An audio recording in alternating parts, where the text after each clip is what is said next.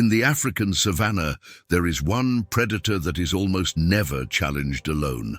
Not because it is the fastest, not because it is the most aggressive, but because everyone knows exactly what happens when someone tries.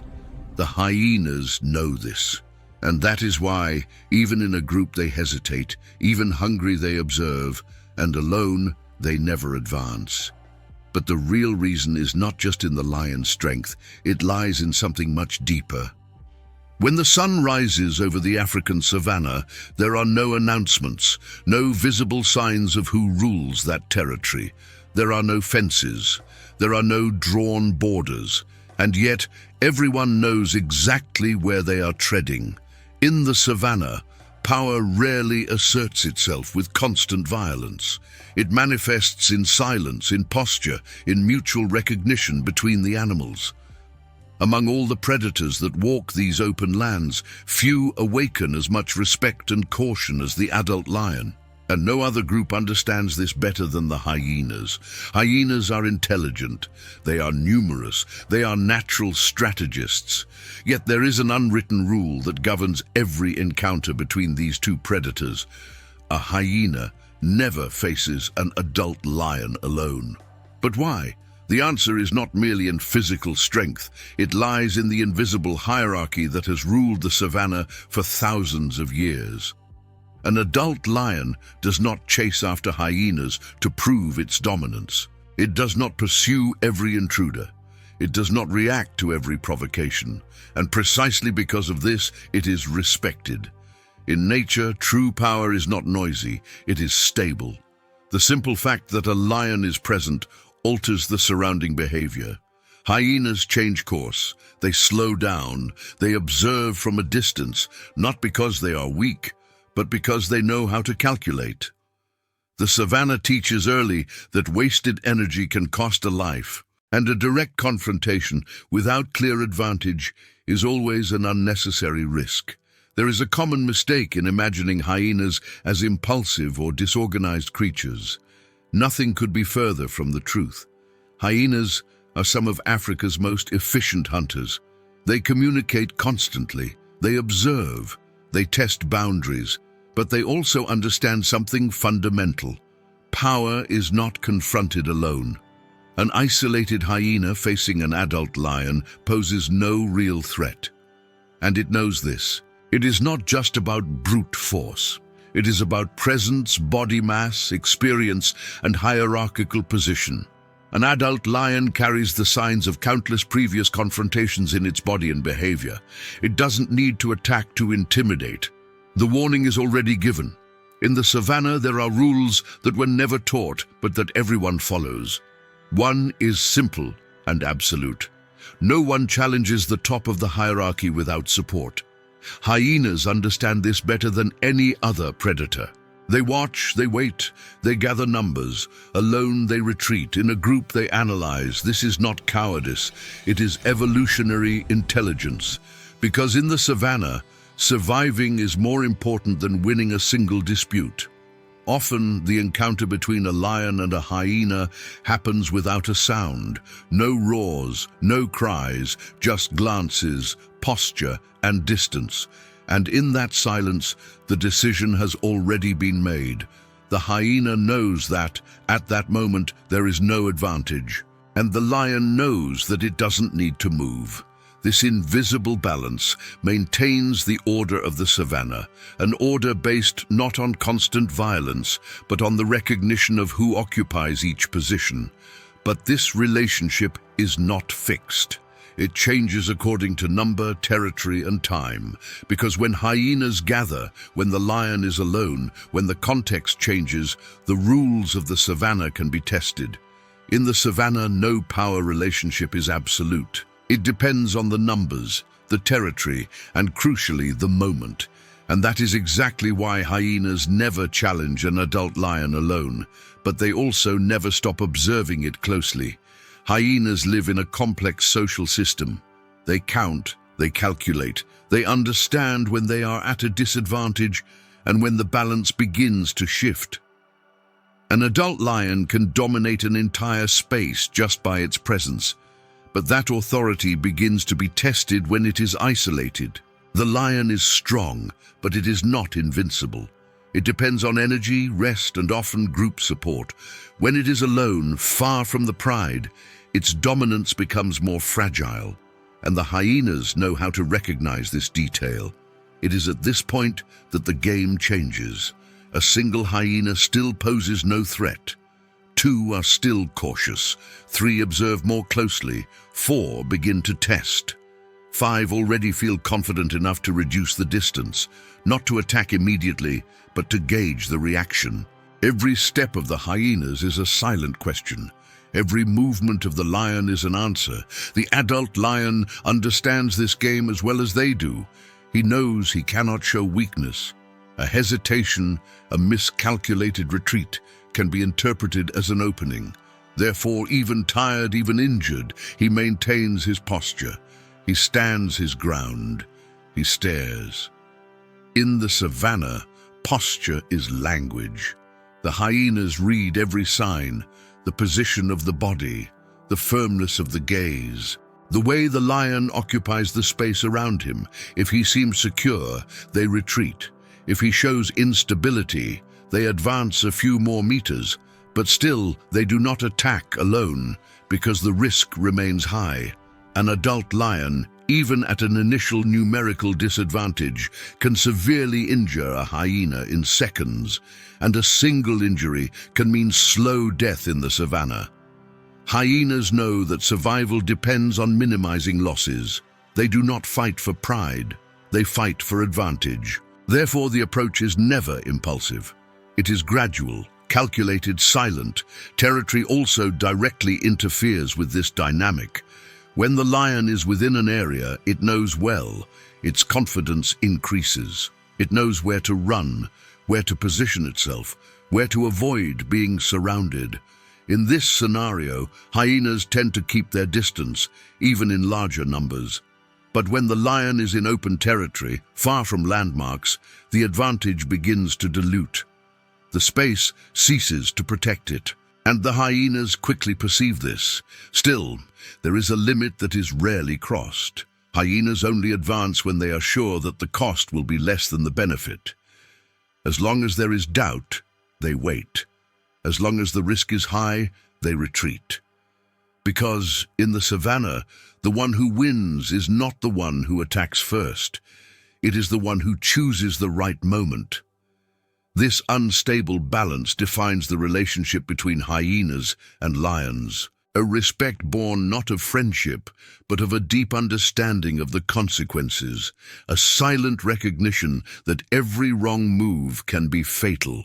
And that is exactly why, even when they seem bold, hyenas never cross the line alone. They know that the lion's power is not just in its muscles, but in the experience, the presence, and the position it occupies in the savannah hierarchy.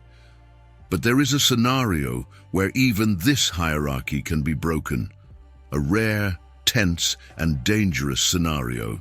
A moment when numbers overcome strength and silence gives way to constant pressure. And that is what we will understand in the next part. There is an exact point in the savannah where the balance breaks. It doesn't happen explosively. There is no clear signal. What exists is a subtle change in the hyena's collective behavior. The characteristic laughter begins to emerge more frequently. The movements become more coordinated. The distance decreases without haste, but without retreat. At that moment, the lion feels it. He realizes that he is no longer dealing with observers, but with evaluators. The hyenas are no longer just testing his presence. They are measuring resistance. They are calculating time. They are waiting for a mistake. The siege is not physical initially.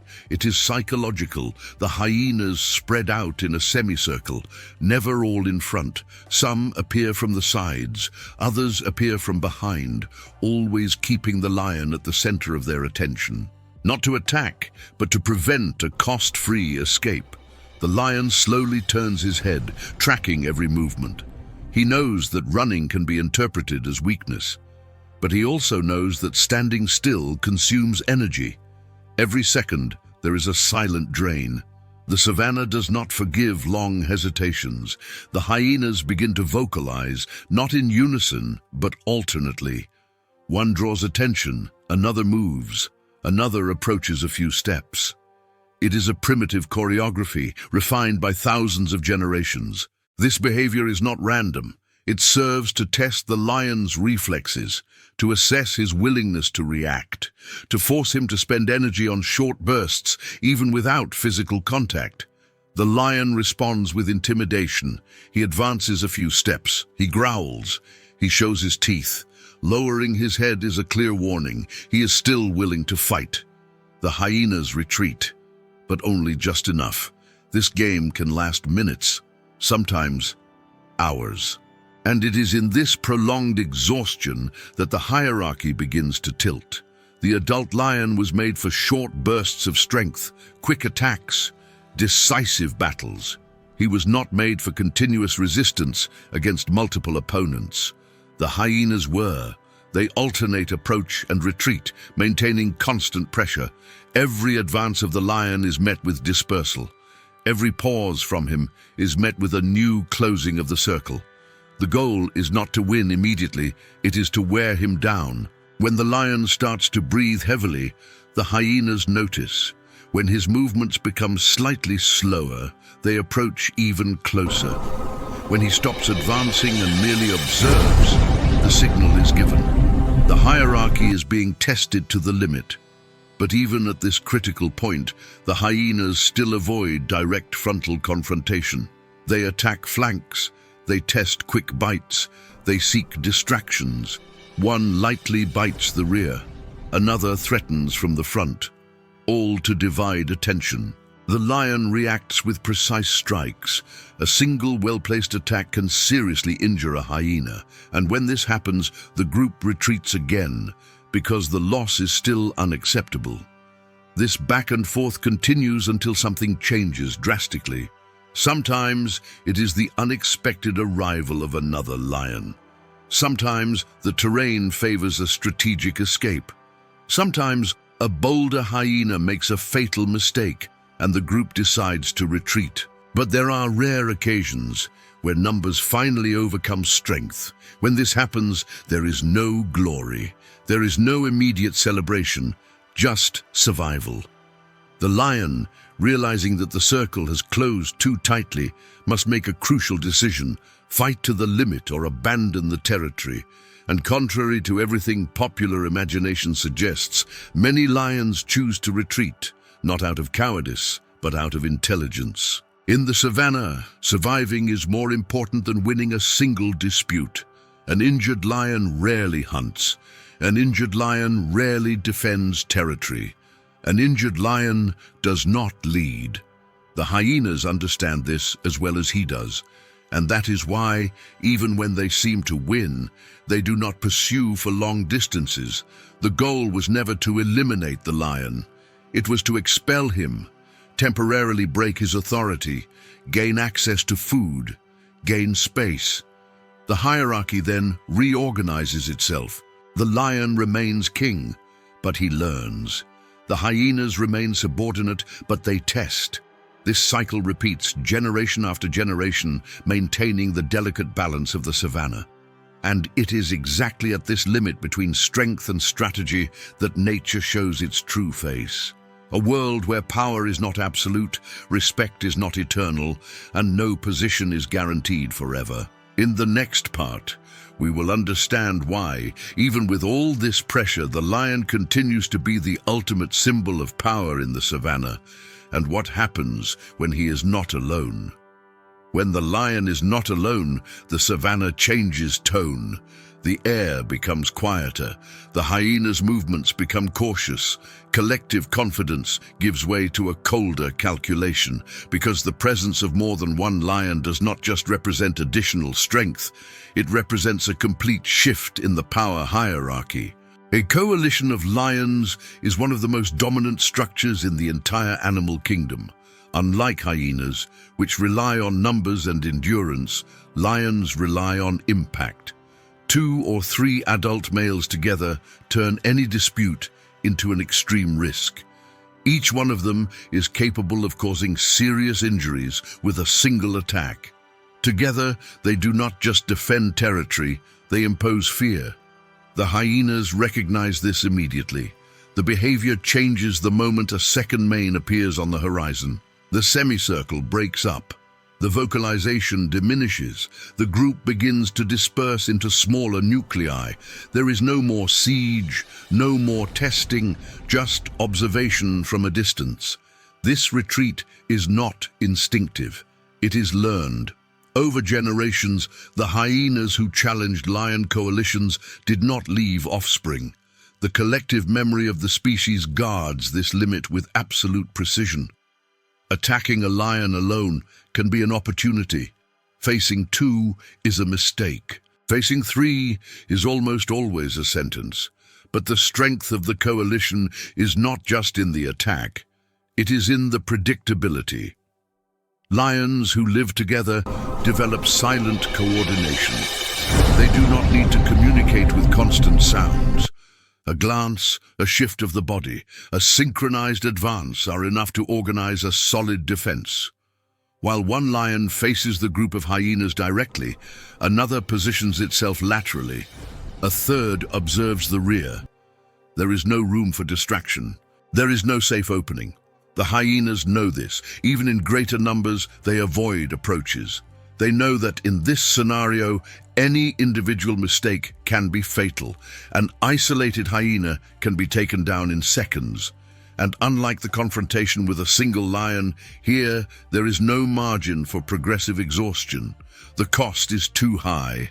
The presence of lionesses also completely alters the balance. Although smaller than the males, they are more efficient, more agile hunters, and extremely coordinated. When a lioness joins the defense, the territory becomes almost impenetrable. She doesn't need to roar. Her posture already communicates intent. Hyenas respect lionesses because they know what they are capable of. A lioness protects cubs with absolute aggression. And a hyena that gets too close runs the risk of being chased over long distances, something the male lion rarely does. The coalition, then, does not just represent brute force. It represents control of space. With multiple lions, the territory expands. Carcasses are defended more efficiently. Cubs have a greater chance of survival. The constant pressure from the hyenas drastically decreases. But this power comes at a price. Maintaining a coalition requires food. It requires leadership. It requires stability. When resources become scarce, internal tensions arise, silent disputes appear, and in some cases, alliances dissolve. When this happens, the hyenas notice. They observe subtle changes. A lion that moves away more frequently, another that avoids confrontations, a third that no longer marks territory with the same intensity. These signs do not go unnoticed. The savannah never leaves a power vacuum unanswered. If the coalition weakens, the hyenas return. First from a distance, then with bolder vocalizations, next with calculated approaches. The cycle restarts. Because, in the end, the lion's dominance is not eternal. It needs to be defended every day. The hierarchy must be constantly reaffirmed, and any sign of weakness is immediately exploited. That is why, even being the ultimate symbol of power in the savannah, the lion never rules in absolute peace. He rules under constant vigilance. In the next part, we will reveal the least visible factor, but perhaps the most decisive of this dispute, the collective intelligence of the hyenas and why, in the long term, they represent the greatest threat to the lion's reign. Behind the strange laugh that echoes across the savannah, there is something much more sophisticated than many imagine. Hyenas are not just noisy opportunists. They are among the most intelligent animals in Africa. And this intelligence is the real reason why the lion can never let down his guard. While the lion relies primarily on strength, the hyena relies on the mind. Hyenas live in complex societies structured by rigid hierarchies, social memory, and collective learning. Each individual knows exactly its position within the clan. Who can advance? Who must retreat? Who leads and who observes?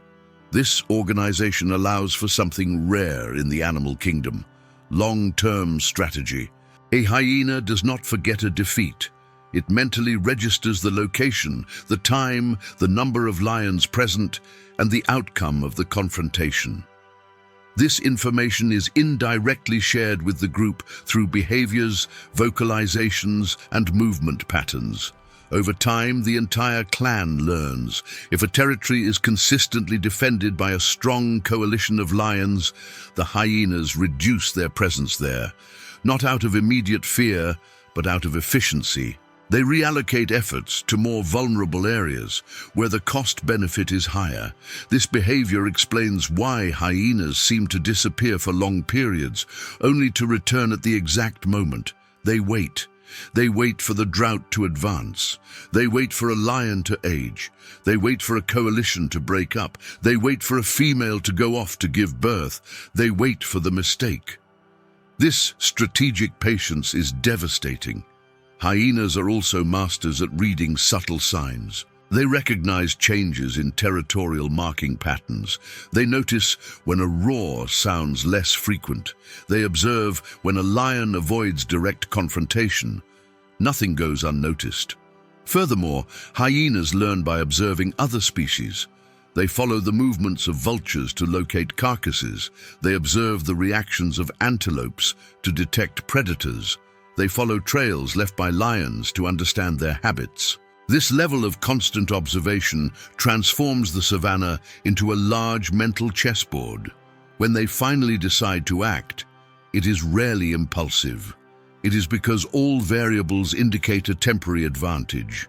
But perhaps the most underestimated aspect of hyena intelligence is their capacity for adaptation.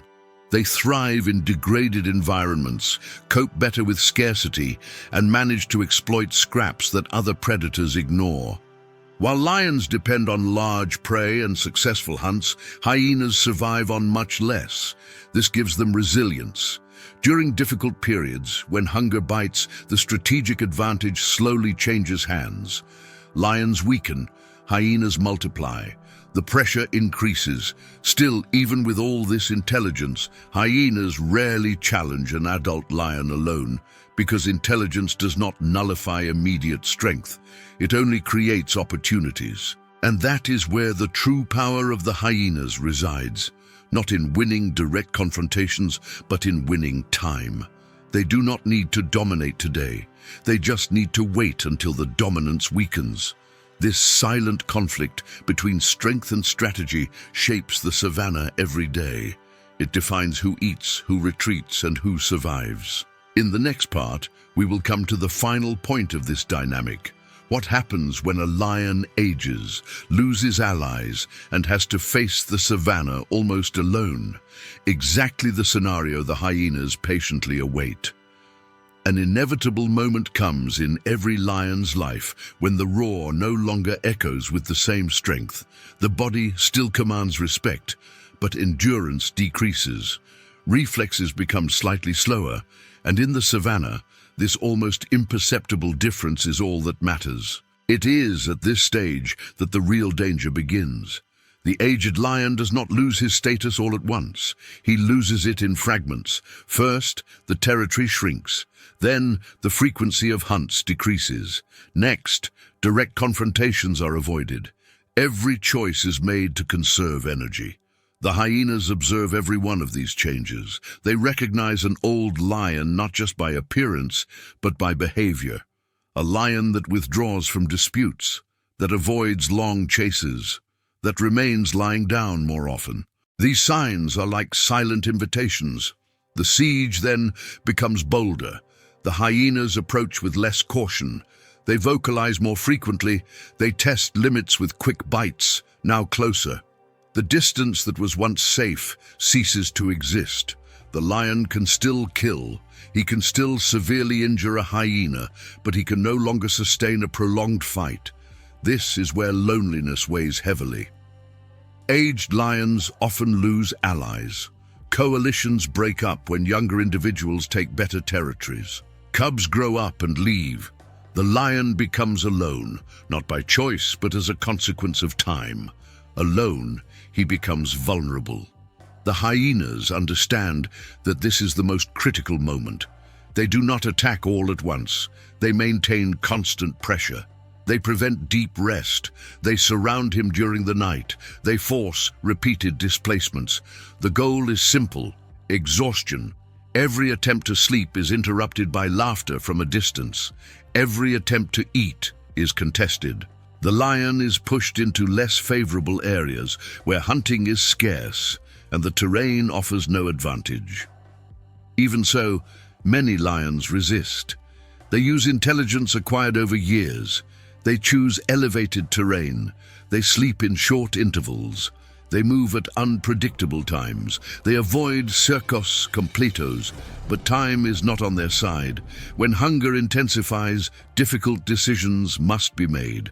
Risk a solitary hunt, defend a carcass against multiple opponents, or retreat once more. Some lions disappear silently, others die in final confrontations, and a rare few manage to survive long enough to leave the savannah on their own. The hyenas do not celebrate these victories. They simply continue. For them, there is no glory in the lion's fall, only continuity. This is the most brutal and most honest aspect of nature. There is no justice, no villainy. There is only adaptation. The lion's decline does not diminish his greatness. On the contrary, it reveals the price of power. It shows that even the strongest are subject to time, pressure, and change. In the final part, we will tie all these invisible forces together and answer the central question. If the hyenas are so intelligent and numerous, why is the lion still the king of the savannah? If hyenas are more numerous, more resilient, and more collectively intelligent, why is the lion still the king of the savannah? The answer is not just in strength, it is in meaning. The lion does not dominate because he wins every battle. He dominates because he defines the limits. His presence reorganizes the space. His roar changes the behavior of every other species around him. Even when he doesn't attack, he imposes order. The hyenas know this. They do not retreat because they have irrational fear. They retreat because they recognize authority. An adult lion represents immediate, unpredictable, and irreversible risk. A single wrong decision in front of him can cost a life.